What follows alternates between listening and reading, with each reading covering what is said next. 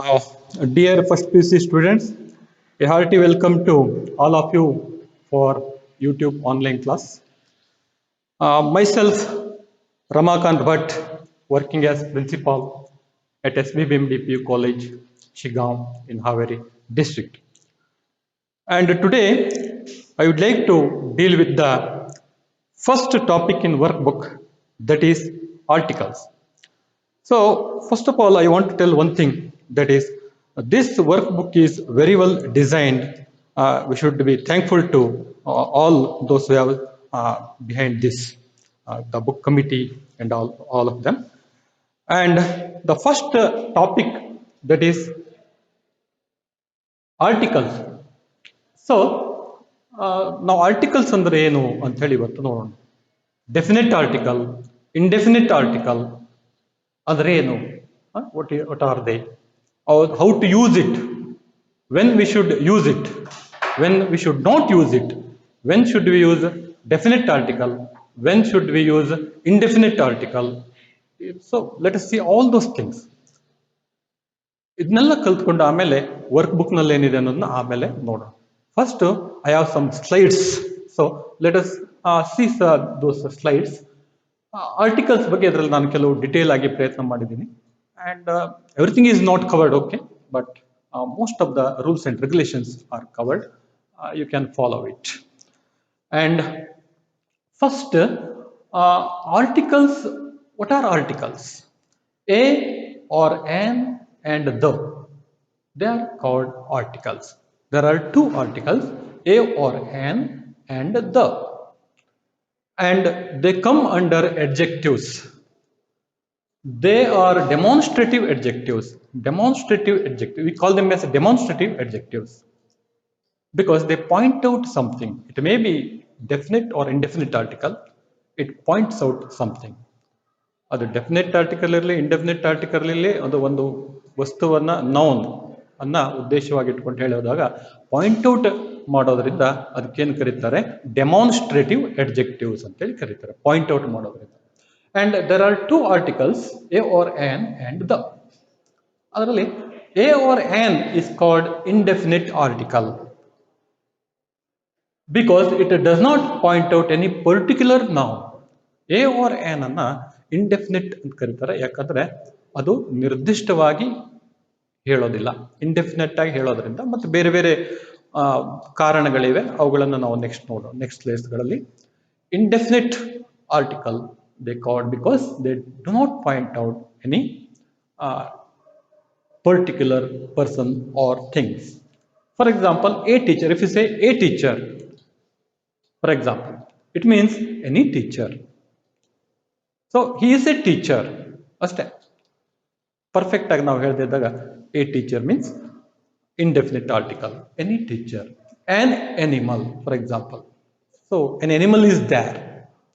That means what maybe animal, and we don't know what animal it is, just we say an animal. And though is called definite article because it points out some particular noun.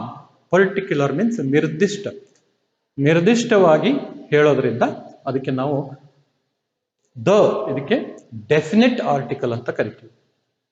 Definite ಅಂದ್ರೆ ನಿರ್ದಿಷ್ಟವಾಗಿ ಹೇಳೋದು, indefinite ಅಂದ್ರೆ ನಿರ್ದಿಷ್ಟವಾಗಿ ಹೇಳದೆ ಇರೋದು. Okay, for example, definite article. I met the teacher who taught me in high school. I met the teacher because who taught me in high school ಅಂತಂದ್ರೆ high school ಅಂದ್ರೆ ನಾವು ಪರ್ಟಿಕ್ಯುಲರ್ ಆಗಿ ಅಂತವ್ರು ಅಂತ ಹೇಳಿದಾಗ. ಮತ್ತೊಂದು example, he read the book suggested by me. So my friend read the book and I suggested him that book. ಅವಾಗ ನಾವು ಏನ್ ಹೇಳ್ತೀವಿ? ಪರ್ಟಿಕ್ಯುಲರ್ ಆಗಿ ಹೇಳ್ತೀವಿ. ಸೊ ಡೆಫಿನೆಟ್ ಆರ್ಟಿಕಲ್ ಅನ್ನು ಡೆಫಿನೆಟ್ ಇದನ್ನ ಡೆಫಿನೆಟ್ ಆರ್ಟಿಕಲ್ ಅನ್ನು ನಾವು ನಿರ್ದಿಷ್ಟವಾಗಿ ಹೇಳುವಾಗ ಬಳಸಬೇಕು. ಎ ಅಥವಾ ಆನ್ ಅನ್ನ ನಿರ್ದಿಷ್ಟವಾಗಿ ಇಲ್ಲದೆ ಇದ್ದಾಗ ಬಳಸಬೇಕು. ಇನ್ನು ನೆಕ್ಸ್ಟ್ ಸ್ಲೈಡ್ಸ್ ನಲ್ಲಿ ನಾವು about indefinite article a or an. Indefinite article ಬಗ್ಗೆ ನೋಡೋಣ. ಎ ಅಥವಾ ಆನ್, ಯಾವಾಗ ಎ ಯೂಸ್ ಮಾಡಬೇಕು, ಯಾವಾಗ ಆನ್ ಯೂಸ್ ಮಾಡಬೇಕು. ಸೊ ಇಲ್ಲೊಂದು ನೋಟ್ ಬರೆದಿದ್ದೀನಿ ನಾನು. An is used before a word beginning with a vowel sound. An ಇದನ್ನ ನಾವು ವೊವೆಲ್ ಸೌಂಡ್ ಇದ್ದಾಗ ಬಳಸಬೇಕು. ವೊವೆಲ್ ಲೆಟರ್ ಅಂತಲ್ಲ. ಇ ಐ ಒ ಯು ಅಂತೇಳಿ 5 ವೊವೆಲ್ ಇದೆ. English language. ಬಟ್ ನಾವಿಲ್ಲಿ ಹೇಳೋದೇನು, when there is a vowel sound, vowel letter ಇರ್ಬೋದು ಇಲ್ಲದೆ ಇರ್ಬೋದು, ಅದು ಸಂಬಂಧ ಇಲ್ಲ. Vowel sound, when there is a vowel sound we should use on. Vowel ಅಂದ್ರೆ ಸ್ವರ, ಸ್ವರ ಉಚ್ಚಾರ ಇದ್ದಾಗ ಯಾವ್ದಾದ್ರು ಒಂದು ಶಬ್ದದಲ್ಲಿ ನಾವು ಆನ್ ಬಳಸಬೇಕು. ಫಾರ್ ಎಕ್ಸಾಂಪಲ್ ಇಲ್ಲಿ ಆನ್ ಆಪಲ್, ಆನ್ ಎಗ್, ನೋಡಿ ಎ ಅನ್ನೋದು ಇವೆಲ್ಲ ಇ ಅನ್ನೋದು. An elephant, an ink pot, ಇದೆಲ್ಲ ಫಸ್ಟ್ ಲೆಟರ್ ಓಕೆ ವೊವೆಲ್ ಇದೆ. ಆನ್ ಆರೆಂಜ್, ಆನ್ ಅಂಬ್ರಿಲಾ, ಇವೆಲ್ಲ ಓಕೆ. ಬಟ್ ಕೆಲವೊಮ್ಮೆ ವೊವೆಲ್ ಲೆಟರ್ ಇಲ್ಲದೆ ಇದ್ದಾಗ್ಲೂ ಆನ್ ಅವರ್ ಅಂತ ಅಲ್ಲಿ ಹೆಚ್ಚಿದೆ, ಕನ್ಸೋನೆಂಟ್ ಇದೆ. ಆದ್ರೆ ನಾವೇನ್ ಹೇಳ್ತೀವಿ, ಕನ್ಸೋನೆಂಟ್ ಇದ್ರೂ ಸಹಿತ ಅಲ್ಲಿ ಉಚ್ಚಾರ ಅ ಅಂತಿರುವಾಗ we should use an. And then N M L A, N M P, ಈ ತರ ಕೆಲವು ಕಾಂಟ್ರಾಕ್ಟೆಡ್ ಫಾರ್ಮ್ಸ್ ಅನ್ನ, ಶಾರ್ಟ್ ಫಾರ್ಮ್ಸ್ ಇದ್ದಾಗ ಅದನ್ನು ಸಹಿತ ನಾವು ಆನ್ ಅನ್ನು ಬಳಸ್ತೀವಿ. An A M L A ಅಂತವಾಗ ಎ ಫಸ್ಟ್ ಲೆಟರ್ ಬರ್ತದೆ, an M P A, like this. And a is used before a word beginning with a consonant sound. A ಅನ್ನು ಯಾವಾಗ ಯೂಸ್ ಮಾಡ್ತೀವಿ, ಕನ್ಸೋನೆಂಟ್ ಸೌಂಡ್ ಇದ್ದಾಗ ಮಾಡ್ತೀವಿ. When there is a consonant sound we should use a. Consonant sound ಇದ್ದಾಗ, consonant letter ಅಂತಲ್ಲ, consonant sound ಇದ್ದಾಗ a ಅನ್ನ use ಮಾಡಬೇಕು. A boy, a classroom, a dog, a fox, a glass, a hat, ಆ type. But ಇಲ್ಲಿ ನೋಡಿ, A one legged man ಅಂತ ಇದೆ. ಎ ಒನ್ ಲೆಗ್ಡ್ ಮ್ಯಾನ್ ಅಂತಂದ್ರೆ ಅಲ್ಲಿ ಓ ಅನ್ನೋದು ವೊವೆಲ್ ಇದ್ರೂ ಸಹಿತ ವಿ ಪ್ರೊನೌನ್ಸ್ ಇಟ್ ಆಸ್ ವ, ಕನ್ಸೋನೆಂಟ್ ಸೌಂಡ್ ಅನ್ನು ಪ್ರೊನೌನ್ಸ್ ಮಾಡ್ತೀವಿ. So it is consonant sound, so we use A.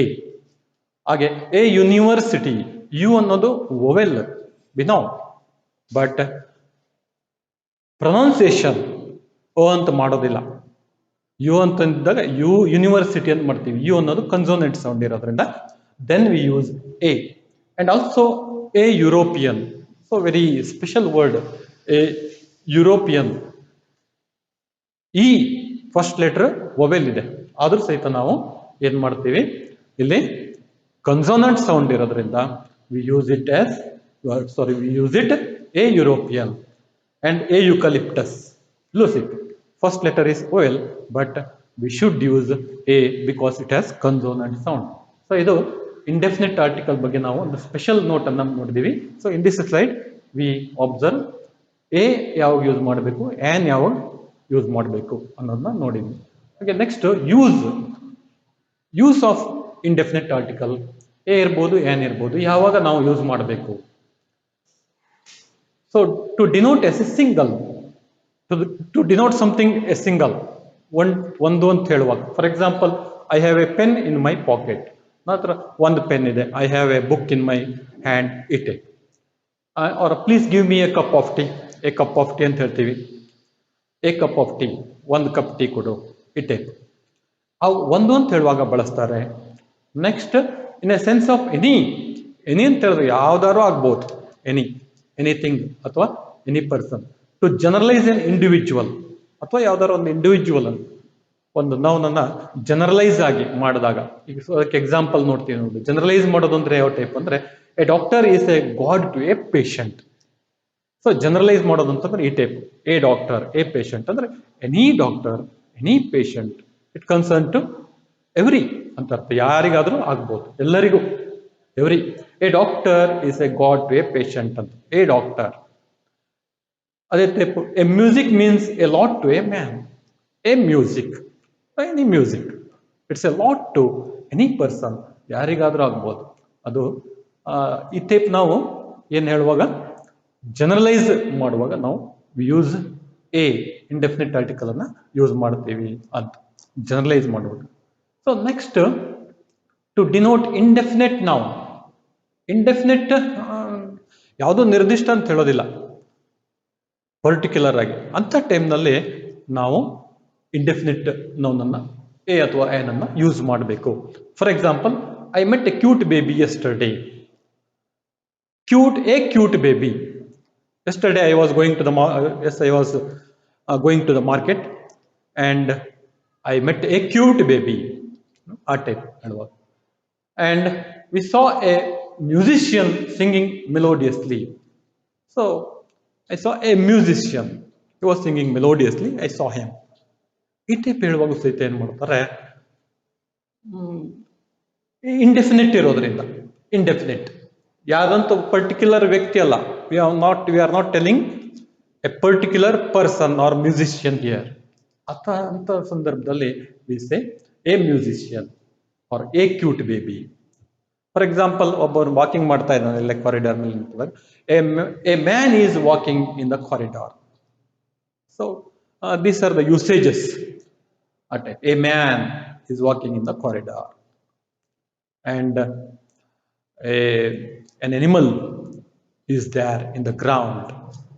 ಆ ಟೈಪ್ ಇಂಡೆಫಿನಿಟ್ ಇರುವಾಗ ನಾವು ಬಳಸ್ತೀವಿ. And use of definite article the. So ಇಲ್ಲಿವರೆಗೆ ನಾವು ಎ ಮತ್ತು ಆನ್ ಇವುಗಳನ್ನ ಹೇಗೆ ಯೂಸ್ ಮಾಡೋದು ಅಂತೇಳಿ ಇಂಡೆಫಿನಿಟ್ ಆರ್ಟಿಕಲ್ ಅನ್ನ ಸ್ಟಡಿ ಮಾಡಿ. We have studied some rules and regulations regarding that. Now let us go to use of definite article the. ಈಗ ನೆಕ್ಸ್ಟ್ ಬಹಳ ಇಂಪಾರ್ಟೆಂಟ್, ನಾವು ಎಲ್ಲಿ ದ ಯೂಸ್ ಮಾಡಬೇಕು. ಬಹಳಷ್ಟು ಮಂದಿ ಏನ್ ಮಾಡ್ತಾರೆ ಅಂದ್ರೆ ಎಲ್ಲ ಕಡೆ ದ ಯೂಸ್ ಮಾಡ್ಬಿಡ್ತಾರೆ.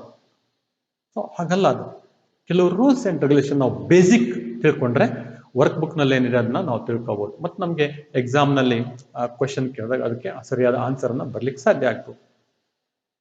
ಇದನ್ನೆಲ್ಲ ನಾವು ಬಯಾಟ್ ಮಾಡ್ಲಿಕ್ಕೆ ಬರಲ್ಲ. ಈ ರೂಲ್ಸ್ ಅನ್ನು ತಿಳ್ಕೊಂಡ್ಬಿಟ್ರೆ ನಾವು we can attend the question in the examination. So first usage, for example, it is used to denote particular noun or nouns or the ones already referred to.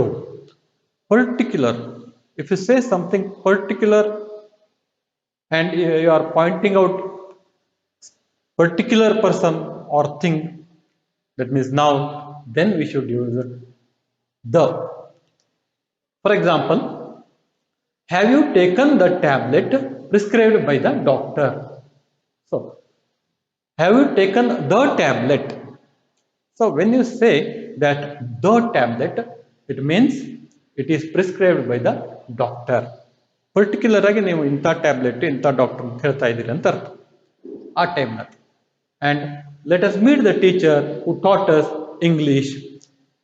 If you say that, let us meet the teacher who taught us English in our primary school or in our high school or in our college level.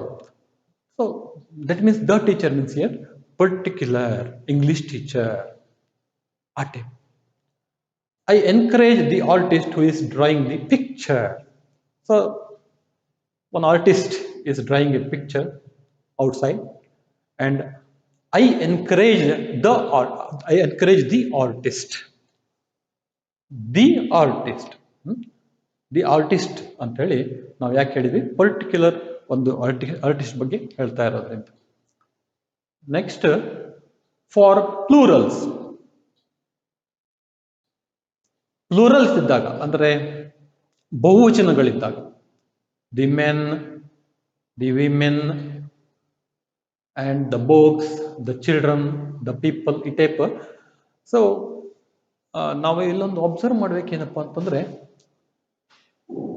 The men ನೋಡಿ, ಬಹಳ ಮಂದಿ ಒಂದು ನಾವು ಏನ್ ತಪ್ಪು ತಿಳ್ಕೊತೀವಿ, S ಇದ್ರೆ ಮಾತ್ರ plural ಅಂತೇಳಿ.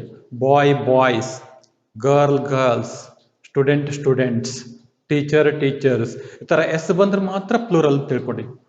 But some nouns are there, they don't take S and they are interchanged in the letters.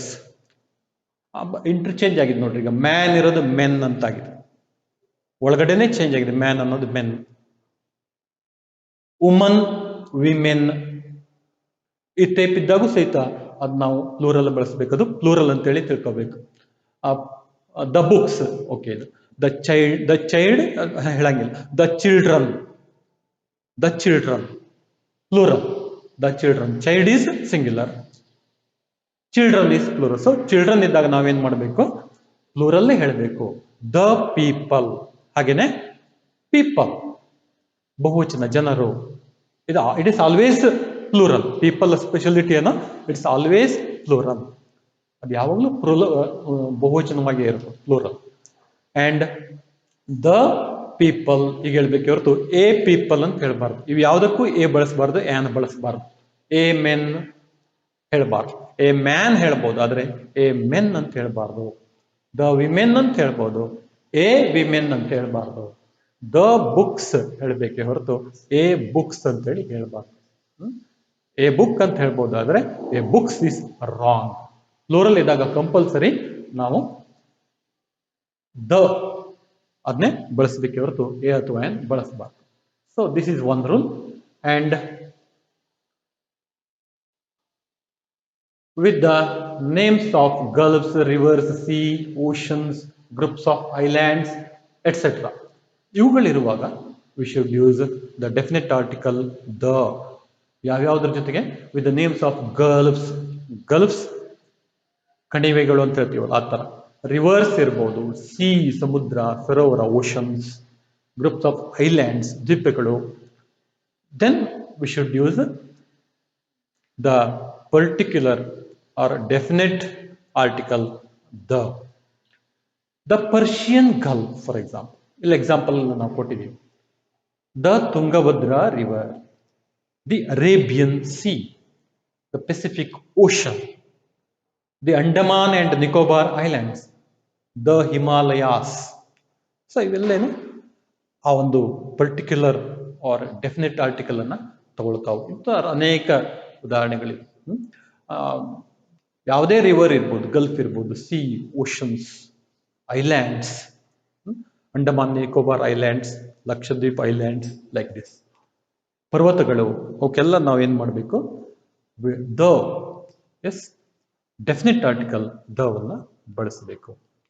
And next usage for epics and religious books like, ಕೆಲವು ಎಪಿಕ್ಸ್ ಅಂತಂದ್ರೆ ಮಹಾಕಾವ್ಯಗಳು, ರಿಲಿಜಿಯಸ್ ಬುಕ್ ಧರ್ಮ ಗ್ರಂಥಗಳು, ಅವುಗಳಿರುವಾಗ ಸಹಿತ ನಾವು ಏನ್ ಮಾಡಬೇಕು? We should use the definite article the ಬಳಸಬೇಕೆ ಹೊರತು ಎ ಅನ್ನಬಾರದು. ಫಾರ್ ಎಕ್ಸಾಂಪಲ್, ದ ರಾಮಾಯಣ ಹೇಳ್ಬೇಕೆ ಹೊರತು we should not say a Ramayana. And the Mahabharata, the Bible, the Quran, like this epics and some religious great books ಅವಕ್ಕೆಲ್ಲ. And for unique kind of things like, ಕೆಲವು unique kinds ಅಂತಂದ್ರೆ ಏಕೈಕವಾಗಿರುವಂಥದ್ದು, ಅಂಥವು ನಮ್ಮ ಈ ಸೃಷ್ಟಿಯಲ್ಲಿ. For example, the sun, the moon, the earth. So they are only one sun, one moon, one earth ಇರೋದ್ರಿಂದ the ಬಳಸ್ಬೇಕು ಹೊರತು ಇಲ್ಲೆಲ್ಲ ಎ ಬಳಸಬಾರ್ದು. A sun, a moon, a earth ಈ ತರ ಹೇಳ್ಬಾರ್ದು. ಸೊ ನೋಡಿ, ಎಷ್ಟು ಬಹಳ ಸಿಂಪಲ್ ಆಗಿದೆ rules, but we should follow it with superlatives. So some superlative ಡಿಗ್ರಿಯನ್ನ ಹೇಳುವಾಗ ಬೆಸ್ಟ್, ಗ್ರೇಟೆಸ್ಟ್ ಈ ತರ ಎಲ್ಲ ಹೇಳುವಾಗ ನಾವು ದವನ್ನ ಕಂಪಲ್ಸರಿ ಬಳಸಬೇಕು. For example, the best boy. So Rahul is the best boy in the class. The best person, the most intelligent girl, most ಅನ್ನೋದು. The biggest building, so biggest, greatest, tallest, smallest, lowest. So these superlative degrees always take the definite article, not a. A best boy is wrong. A most intelligent girl is wrong, like this. And before some musical instruments. So musical instrument irtala, for example, harmonium, flute, violin, tabla, ikella the ಬಳಸಬೇಕೆ ಹೊರತು a ಅನ್ನ ಯಾವ ಕಾರಣಕ್ಕೂ ಹೇಳಬಾರದು. A harmonium, a violin ಅಥವಾ a flute, a tabla ಈ type ನಾವು ಹೇಳಬಾರ್ದು. So this are the very important rules. ಇಷ್ಟು ರೂಲ್ಸ್ಗಳನ್ನು ನಾವು ನೋಡಿದ್ದೀವಿ. ಸೊ ಇನ್ನೊಮ್ಮೆ ಜಸ್ಟ್ ಡೆಫಿನೆಟ್ ಅಂಡ್ ಇಂಡೆಫಿನೆಟ್ ಆರ್ಟಿಕಲ್ನ ಯೂಸ್ ಆಫ್ ಇಂಡೆಫಿನೆಟ್ ಆರ್ಟಿಕಲ್ ಅವುಗಳನ್ನ ನೋಡ್ಬಿಡೋಣ. ಯೂಸ್ ಆಫ್ ಇಂಡೆಫಿನೆಟ್ ಆರ್ಟಿಕಲ್ ಅಂತಂದ್ರೆ ಸಿಂಗಲ್ ಇದ್ದಾಗ ಬಳಸಬೇಕು. ಸಿಂಗಲ್ ಒಂದು ಅಂತೇಳಿ ಹೇಳುವಾಗ ಅಥವಾ ಜನರಲೈಸ್ ಮಾಡುವಾಗ ಬಳಸಬೇಕು. ಇಲ್ಲೆಲ್ಲ ನಾವು ಎಕ್ಸಾಂಪಲ್ ಕೊಟ್ಟಿದ್ವಿ. ಹಾಗೆ ಇಂಡೆಫಿನೆಟ್ ಇದ್ದಾಗ, ಯಾರು ಅಂತ ನಾವು ಪರ್ಫೆಕ್ಟ್ ಆಗಿ ಹೇಳಲಿಕ್ಕೆ ಇಷ್ಟಪಡದೇ ಇದ್ದಾಗ ಆ ಟೈಪ್. ಮತ್ತೆ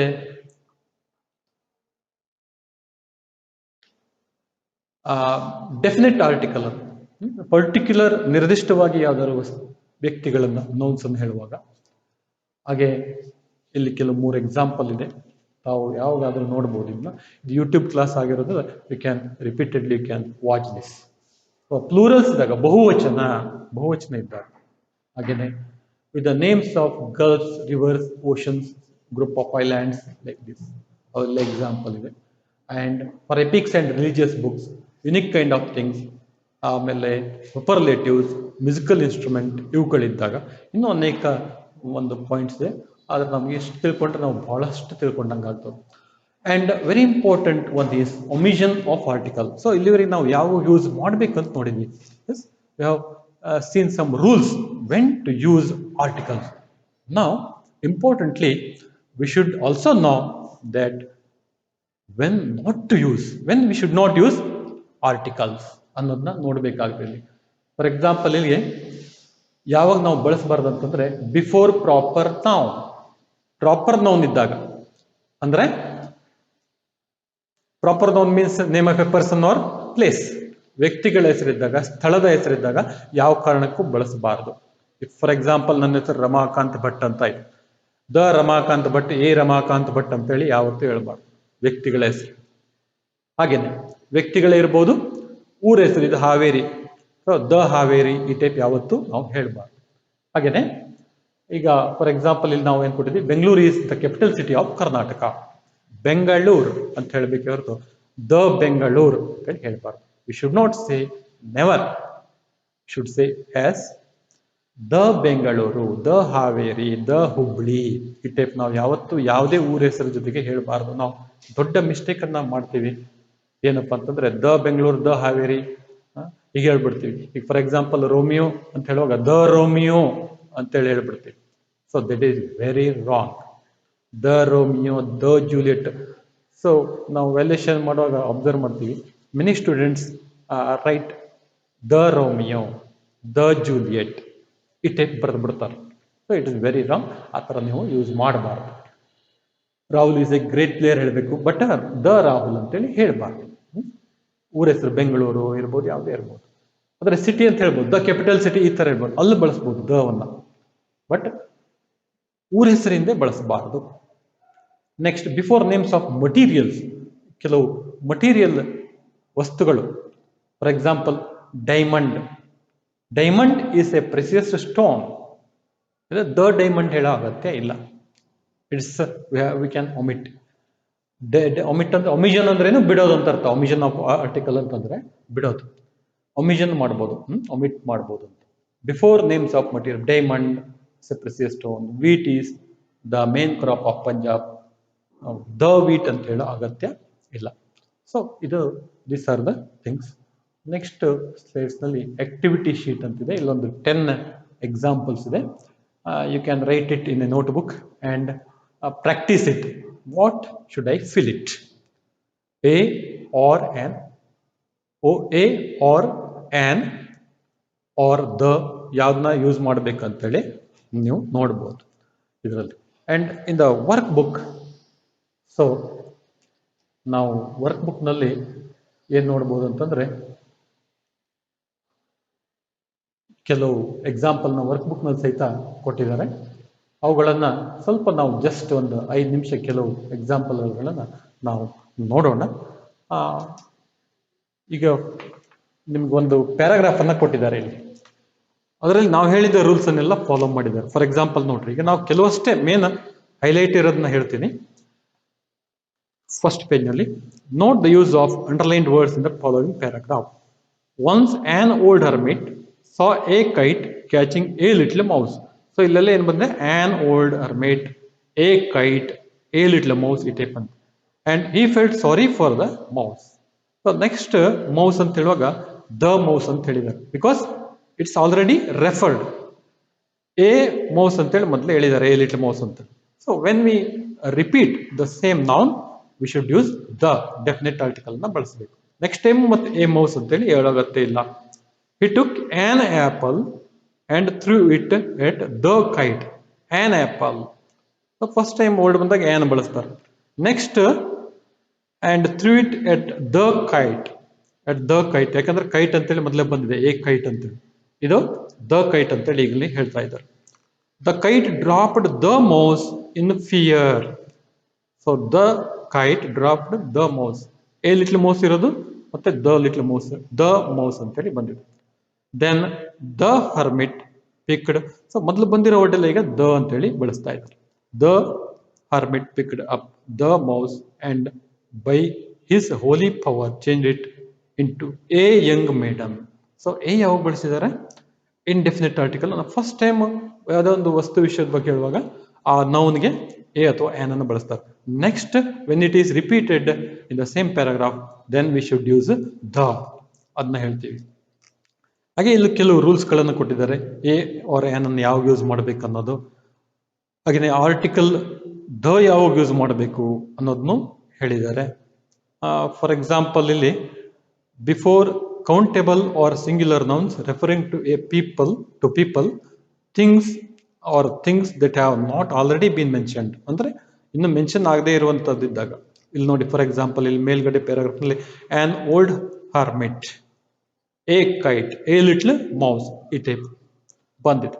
ಇನ್ನು ರೆಫರ್ ಆಗಿಲ್ಲ ಎ ಯಂಗ್ ಮೇಡನ್. ಅದು ಮತ್ತೆ ರೆಫರ್ ಆದಾಗ ಏನಾಗುತ್ತೆ, ಅದು ದ ಅಂತೇಳಿ ಬರುತ್ತೆ. ನೆಕ್ಸ್ಟ್ ಬಿಫೋರ್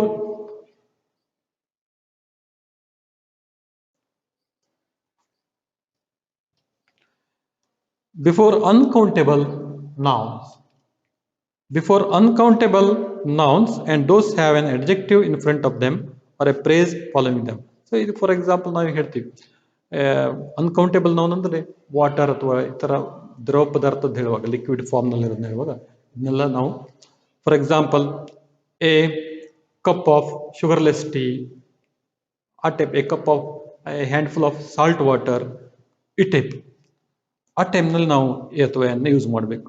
ಆಮೇಲೆ ಟು ಮೀನ್ ಎನಿ ಎವ್ರಿ, ನಾವು ಅವಾಗಲೇ ನೋಡಿದಾಗೆ ಎಲ್ಲರಿಗೂ ಕಾಮನ್ ಆಗಿ ಜನರಲೈಸ್ ಮಾಡುವಾಗ ಸಹಿತ ಎ ಅಂತೇಳಿ ಬಳಸ್ತೀವಿ.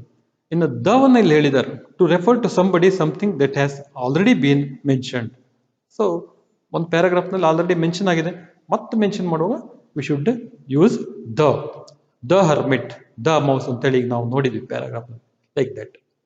To refer to somebody, something that is only one, normal one and obvious one.